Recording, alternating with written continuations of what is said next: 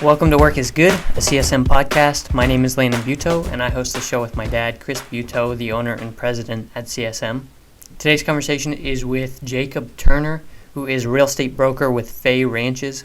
And I really enjoyed this conversation for two reasons, both because Jacob has a great story and it was just fun to hear his story, and because it was a great testimony to the importance of understanding the details of your trade and really honing your craft, being able to bring value to people through excellence and having a deep knowledge in a specific area. So we'll get to it, but I encourage you to take that away from this episode, just the importance of honing your craft and having deep knowledge of it.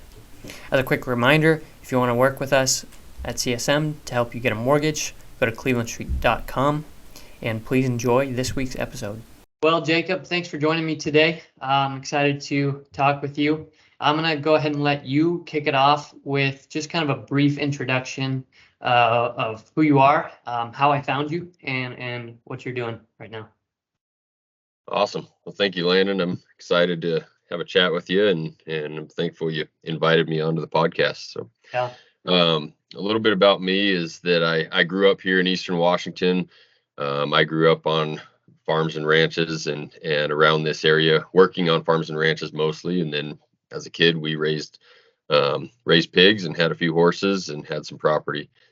But I really credit kind of my work ethic and my drive as a business owner to my dad was raised on a dairy farm, and so he was raised with that background in the small town work ethic, and so I believe that he helped instill that into me and Sure. my family. So, but anyways, after school, I went to college at WSU and graduated in 2011, and was actually married before I got done with college, and so that helped me get through the college world. It was That's great.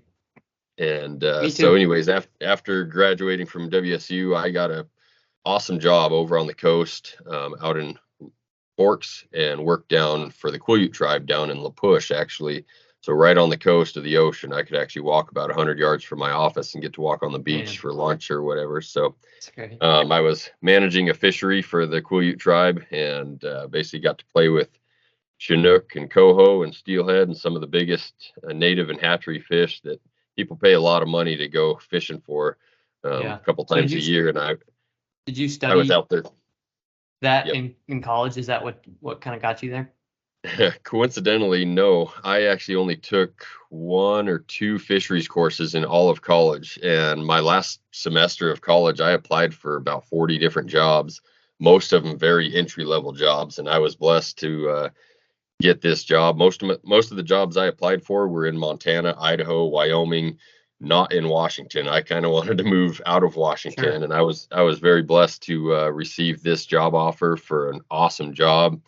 And I thought about it for a minute because I did not want to be on the coast of Washington. Being an Eastern Washington small town boy, the coast was not really what I wanted to do. So Sure. I drove the 9.5 hours. I drove over to Forks for my interview for that job and got a feel for that community. And it's a rural community, just like what I was used to growing up in. So I knew that it wouldn't be a huge transition, and I wouldn't be stuck in a traffic jam every morning like I thought I would be if I was Yep. going to be working on the coast. So Yeah. so I did that job for about 4.5 years and had an opportunity to come back home to Northeast Washington and work for the Spokane tribe and manage their wildlife habitat, which is what I went to college for. So I came back in 2016 and worked as the habitat manager for the mitigation program for the Spokane tribe. And so I basically focused on wildlife habitat for deer and elk mostly. Obviously, we included a lot of other species in what we were focused on, but for the tribe, deer and elk are a main focus of the tribal diet. And so that was a huge priority for the tribe, was focusing on those species and improving habitat for those species. So That's neat. after a few years in that job, I saw the opportunity to start a side business and do some wildlife consulting for private landowners in this region. And so there was a lot of people that, whether they were from the west side of the state or from the Spokane or Tri-Cities area, that had hunting properties up in this neck of the woods. but yet they didn't live here. They would just come here during the summertime or in the fall time to hunt or just camp on or recreate on. And so I saw that need, and even for people that live here year round in this area, they sometimes want help with their wildlife habitat and improving it to attract more deer or more elk or more turkeys or whatever they happen to be targeting. And it's a pretty big thing in the Midwest and the Southeast, but I didn't see in all of my research, I didn't see a lot of them up here for private landowners. There's a few, the state has two for the whole state, the Department of Fish and Wildlife, and the DNR has a couple, but as far as private business wildlife landowners, I wasn't finding any. So I thought, you know what, I'll give it a shot. And I had 2 or 3 clients that first year, and now I have 5 or 6 that I regularly manage their properties for wildlife habitat, and I focus on that. But so I was doing that on the side, mostly on nights and on weekends, and when I could, basically, while I was still working that job for the Spokane tribe. And so now I've owned that business for about 6 years now. Well, about 5.5, somewhere in there. But how many a couple clients do years. you have? So on a regular basis, I manage 5 or 6 clients that I do a lot of the work on their property. But then each year I have 4, 5, 6 more clients that just want me to come do the consulting aspect of, hey, what am I missing? What do I need? What's my land look like? I want to attract more deer, or I want to, whatever it happens to be. And so each year I do a lot more of those consulting type of clients. Can and you don't fill that necessarily paint a little bit more picture for me, because I'm, in the city, so far removed from that world. What are the objectives that those landowners have that you're helping them fulfill? So it depends on the area or the region of where they might be, but a lot of guys, I would say the biggest one is deer or turkey, because that's the most common wildlife in this area. Some guys are, typically wanting to grow bigger bucks or attract more bucks to their property, or maybe because they are hunting business. They people pay to come hunt on their land, basically. Not necessarily. They might just like to hunt themselves, or maybe they have kids that like to hunt, and so that's kind of their goal, is they want more deer so that they can harvest more deer or bigger deer or what have you. So yeah, it's usually for the hunting aspect. I have had a few clients that don't hunt, that just want to have more wildlife on their property, and what's a way that we can attract more songbirds or more turkeys, because we love to see the turkeys, and things like that. So yeah, it kind of varies based on the area, but some people are wanting to see more elk in their backyard or things like that. So cool. But the last few steps. So after starting my wildlife consulting business, a couple years after that, I noticed the ability that I could incorporate real estate into my consulting business and help people buy and sell hunting properties and recreation properties. So I started looking into that and what it would take to get my real estate license. And then COVID came around, and everybody was forced to work from home, and our field work took a significant hit, and we weren't out in the field as much for my daily job. And so since I was stuck at home anyways, I thought, you know what, I'm going to look into this real estate thing. And I busted out all of my education requirements and ended up getting my real estate license during COVID, and started working more. I kind of slowly became known as the guy that likes to do land up in this northeastern Washington section. And so whether it's timber properties or hunting properties or recreation or farms and ranches, a lot of people knew that I like to work with land, and that's kind of my specialty. And after having my license for a few years, I was approached by Fay Ranches and I had known who Fay Ranches was, because like you, I had seen some of these ranches and farms that they have listed on the market and online. And so I definitely knew the name. And when I was reached out to by them and told that my specialty and my background in land management would be a pretty good fit, I kind of knew it was a no-brainer. But I definitely did my due diligence and researched, what they were all about, and a lot more of the details about Fay Ranches. And the more I read about it and the more I learned about Fay Ranches, the more I liked that opportunity. Yeah. And they just have very strong core values, and their desire to keep land inland is something that very much appeals to me, being a small town boy. That I'm not necessarily into selling townhouses in Spokane or Colville or Sure. things like that, but I'm also not necessarily into big developments. I don't want to, break up a 40-acre piece into a whole bunch of 1-acre or 5-acre pieces for a huge development. That's not really my cup of tea or what I'm in real estate for. And Sure. um, So so that's before where, that, before you joined Fay, were you just like residential, just helping people find properties they like, just tended to be bigger properties or somewhat business yeah, related maybe? right. So just like most any job, I was kind of taking business where I could get it, kind of thing, to get my feet Right. wet, to get experience in the real estate world. But Right. I was focusing mostly on land.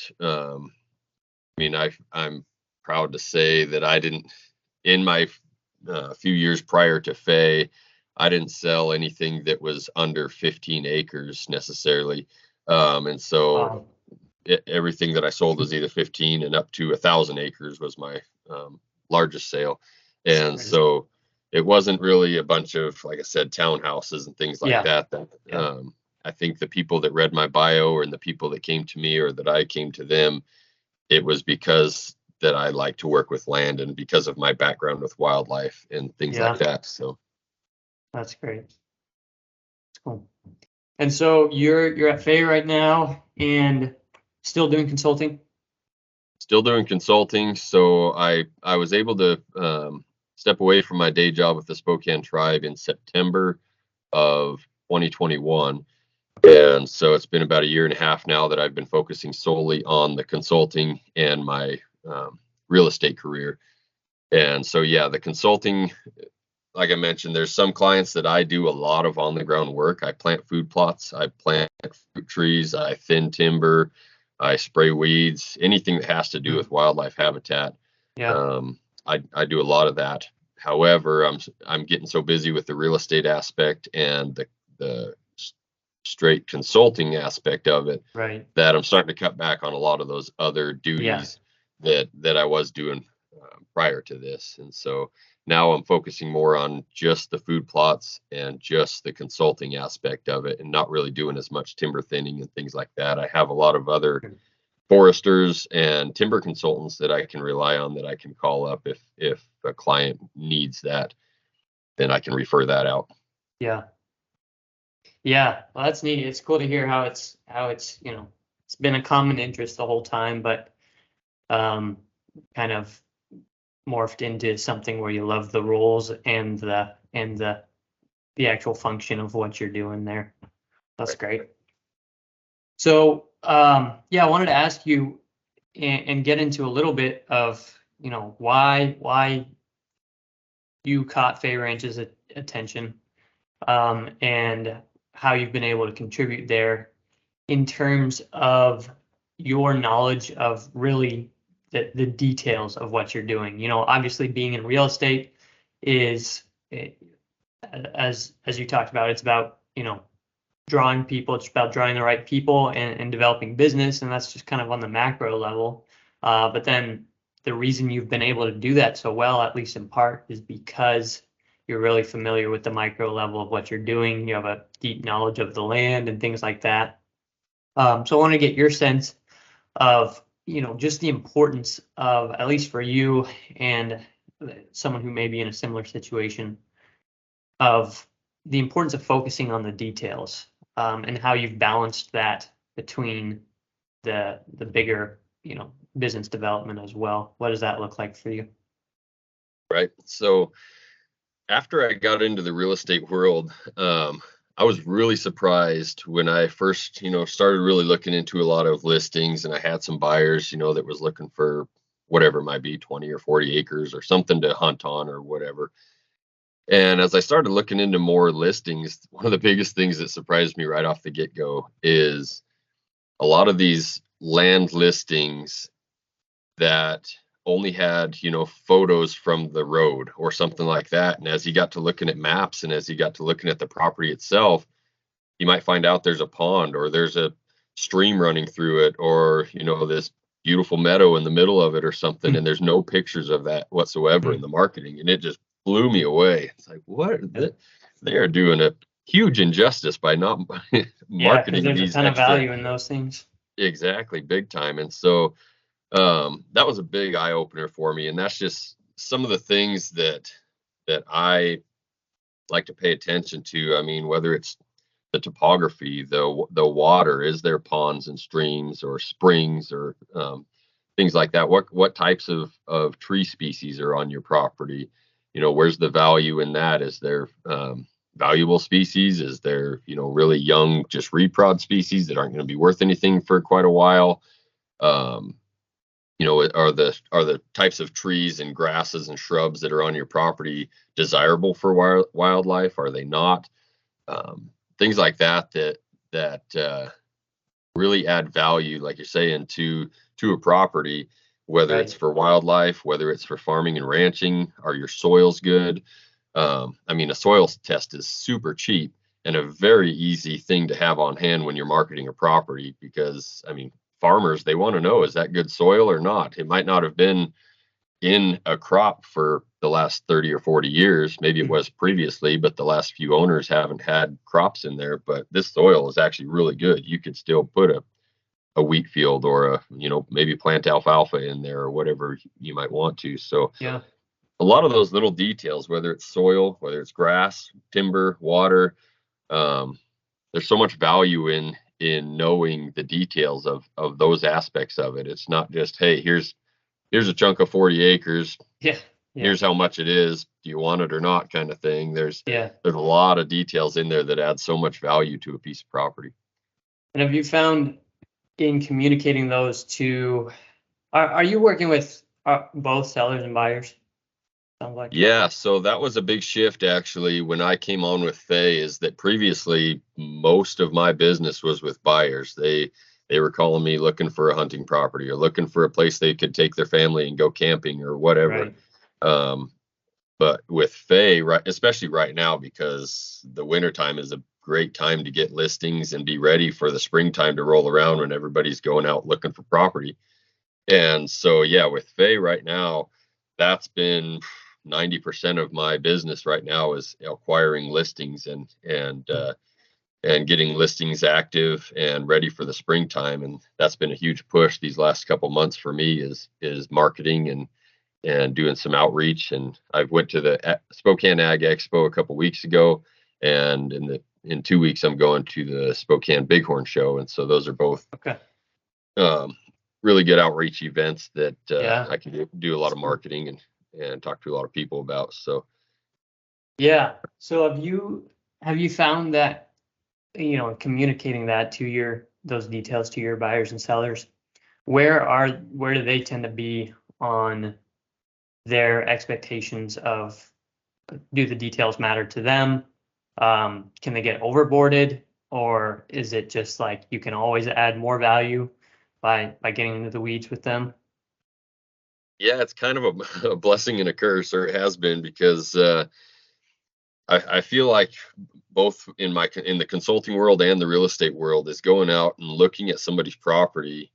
Um, I have the ability to show them, what they have, and also help them to see what they might be missing on their property.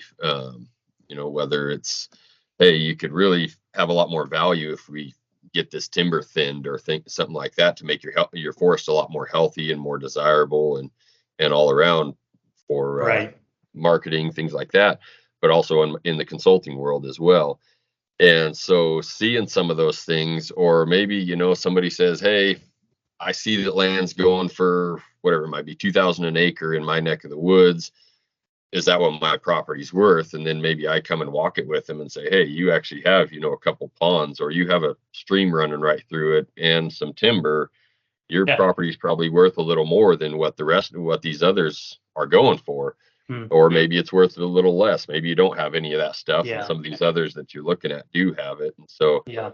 being able to see that, some people are great and they know what they have, and so it just helps to kind of open their eyes. But when I said it's a blessing and a curse, um, I've had a couple times where people say, "Hey, what do I have here?" I go and walk it with them and take a look, and you have this, and this. You might actually be worth a little more, and then they want to maybe jump the listing price way higher than what it should be because now they know they have a little He more told me, yeah. in their pocket. But so yeah, it could be a blessing, could be a curse, but it's also fun to I love just walking property in general, whether it's for consulting or real estate.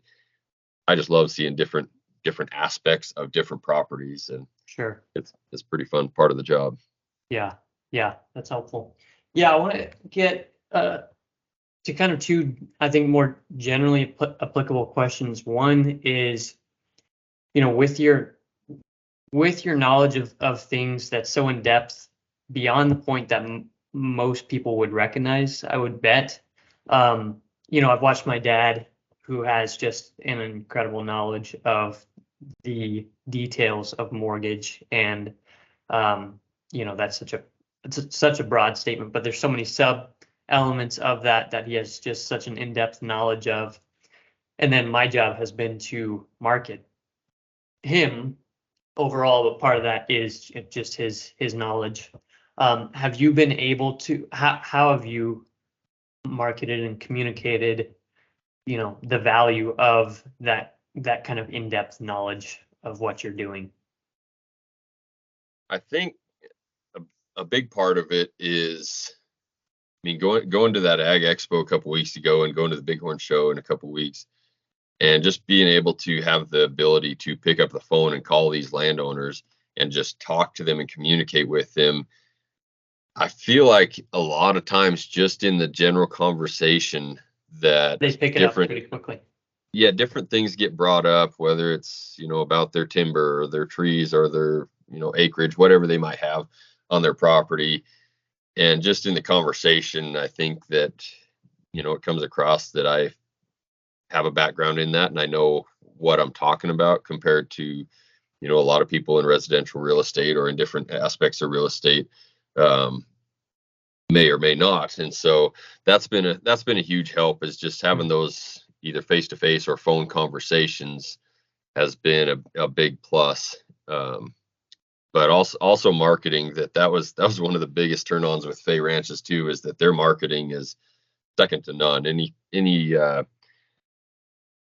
letters, any different things that I wanted to put out there, whether it was sending them to landowners, whether it was putting out an advertisement on the web or in a newspaper, whatever it might be, that we have graphic designers and different people in place at our headquarters that just help put those things together. They put them together in a very nice way and saves me a lot of time and energy and effort, and helps get the point across for sure. So Yeah, that's great. That's really cool. Yeah, it makes sense. So those shows, what are those, are various, events that you've been able to connect with people at? What's the connection process there? Is it just, you don't have a booth there or anything, huh? You do. yeah. Yeah. What does that look like? Yeah, I've had a booth. So last year I had a booth at the Bighorn Show, not for real estate, but for something I didn't mention was I actually started a food plot seed company. And so I sell food plot seed to landowners as an extension of my consulting business. And so that's what I did at the Bighorn Show last year. But I see that same clientele as being a huge part of Fay Ranches and what they're looking for land as well. So I'm going to actually have two different booths this year at the Bighorn Show, one for my seed company and one for Fay Ranches. But at the Ag Expo, I had just a Fay Ranches booth because that was a lot of farmers and ranchers from across Eastern Washington and Idaho and even Oregon that I got to talk to. But it was just a general conversation. I had, flyers and things to hand out and some copies of some of my listings that I have right now. Had, a lot of stuff to kind of catch people's eye. Yeah. That would bring them into the booth. And then I just start, conversing with them about where they're from and what they do and who they are, and that just kind of opened it up into a conversation of what what kind of land they have, whether it's hunting land, whether it's timber, whether it's, like I said, mostly farms and ranches at that previous event. But um, so yeah, it's been a really good outlook to be able to get my name out there, get my face out Yeah. there. And Yeah, I've for actually made a sure. couple contacts with people that had seen me on the Fay Ranches website. And then when they're walking through and they see the Fay Ranches booth and see me there, they come over and start chatting with me. Yeah. And yeah, it's been a really good way to make some contacts. And I've kept in touch with quite a few of them over the last couple of weeks that I met at that event. So Yeah. Yeah, I like that a lot. It makes a lot of sense. I mean, you can't when it does come across as something similar to what we're doing, where you have an in-depth knowledge of things to the point that people don't really care about at a general level. Like if you just put a video out, they have to be looking for it. yeah, And it's the same kind of thing with with what we're doing, with what my dad talks about, with the kind of videos we make. You put those out on just general platforms where people aren't searching for them. There's not it's hard to get a ton of interest. But if you can just start a conversation, then that's going to come across. And it's obviously been successful for you that way. So that's great. Yeah, I'm going to give you one more question here. What are you continuing to do to refine and improve your knowledge when you do have to continue to focus on the business development? Right now, are you continuing to focus on improving the knowledge of those details, like the land management and things like that? What does that look like for you? yeah. There's kind of a lot of different ways. So I'm a guy that likes to continue to learn. So um, I had a horse trainer that I watched quite a bit and had a couple videos, and I went to a couple trainings of his when I was younger.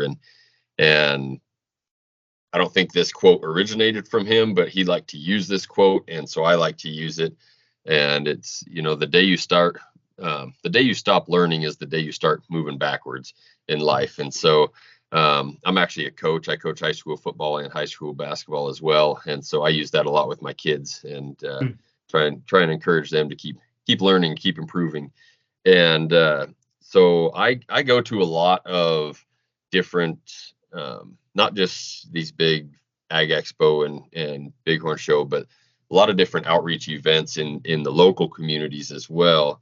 And then I also have gotten invited to, I've spoken for the last 3 or 4 years now at some local forest landowner symposiums that have classes on anything and everything with owning forests, basically all the Mm. way from soils to the trees to the mushrooms to the wildlife to anything and everything that has to do with soils or forest. And so I've went and spoken at those, and I might speak 2 different classes throughout the day, but there's 6 different class sessions, so I can go in and sit on different ones when I'm not speaking. And I love to just take those in, and I'm always a big one to ask questions, and so Yeah. I just love to learn and continue to learn. I feel like whenever I sit in on classes and things like that, that I always take at least 1 or 2 things out of it, and you can never not learn enough. And so Yeah. I think I was telling you that I just got back actually from Arizona to our big Fay Ranches summit that they put on each year, and at that they put on classes from anything and everything related to land management and real estate. And so there was Mm. people's from the farm and ranch aspect. There was people from the lending and title aspect and the market and all kinds of different things. So that was a huge learning experience there. But I always try and find different educational opportunities going on. Even with I've had my pesticide license and been able to spray weeds in the state of Washington for about 6 years now, and so we have to keep up on continuing education. And so Mm. going to a lot of those, actually, I mean, they're kind of focused around pesticides and farming, but there's a lot of different farming and ranching topics that are taught at these educational events. Mm. and you get to meet a lot more people from these rural communities when you're there. And so just attending any and every educational opportunity that relates to me, my profession, and my region in Northeast Washington and North Idaho is something I always like to pursue and try and get to. Yeah, that's neat. Yeah, it's very evident, people that have that mentality seem to do well, and it's very evident you're hungry to continue to learn. So that's really cool. It's good to hear. One last thing I'll add in here that I kind of had written down in my notes that I'll Yeah, just go for mention it. is that, as you know, that real estate is the most valuable asset that anybody can own. And so taking care of especially with land in general, like what I like to specialize in, taking care of the soil, the timber, the water, the grass, and in turn, it will take care of you. And so finding those resources to help you take care of that valuable asset is just Mm. such a huge thing to understand if you're a landowner in general. Even if it's small acreage or large acreage, always improving that asset is going to Right. pay you back in the long run. And so find Yeah. those resources to help you to improve that land. Yeah, that's a great point. Yeah, absolutely. Even, yeah, like you said, small anchorage on a small scale, even just with a small property like we're at here, you know, just in terms of effort, if you are diligent to take care of it, and maintain it well, then in the long run, it's going to be less effort overall, and less of a pain overall. But then obviously there's a lot of positive return, beyond that as well. That's a great point. Absolutely. Yeah. Jacob, if anyone wants to reach out to you in terms of consulting or real estate services, where can they reach you? So as far as consulting, my business, I don't think I've mentioned, is called Mainbeam Wildlife Consulting. And so my email is mainbeamwc@gmail.com. And then my real estate email is just jturner@fayranches.com. And so, yeah, you can reach me at either one of those. And I'm pretty on top of checking my email, so I'm usually pretty quick at getting back to you. Perfect. Yeah, and I'll put websites in the description as well. So check those out there. Jacob, thanks so much. Really appreciate it, man. Cool. Thank you, Landon. Thanks for listening to Work is Good. If you enjoyed it, share it with someone else, leave a review, and listen next week.